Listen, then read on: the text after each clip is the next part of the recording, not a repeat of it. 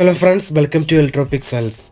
If you like our channel, please don't forget to like, share, subscribe and press the bell icon for getting further notifications. Once again, welcome back to ElectroPixels.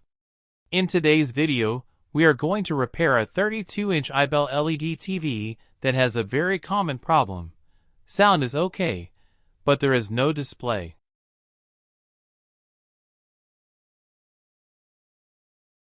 As we discussed in some of our previous videos, this type of issue is often caused by internal shorting in the gate signal lines inside the LCD glass panel.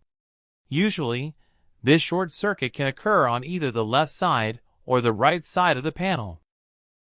Now, if the shorting happens only on one side, we can sometimes bring the TV back to life using a temporary repair method.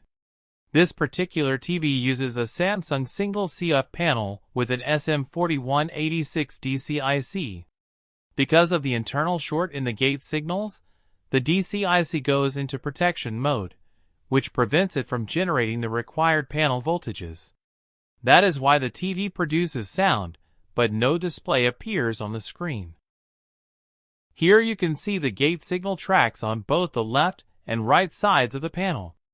So the first step is to cut the gate signal tracks on the right side. After cutting these tracks, we turn on the TV and check the result. Backhand index pointing right. If the picture appears normally, then we leave it as it is. Backhand index pointing right.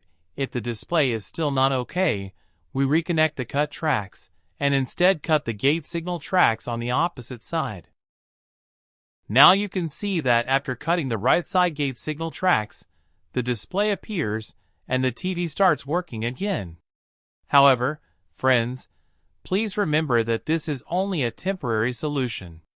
The permanent solution for this problem is always panel replacement.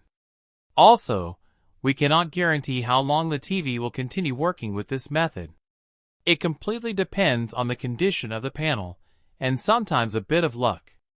I hope this video helps you understand the repair process. Thank you so much for watching. Folded hands. If you enjoyed this video and found it useful, please like, share, and subscribe to ElectroPixels.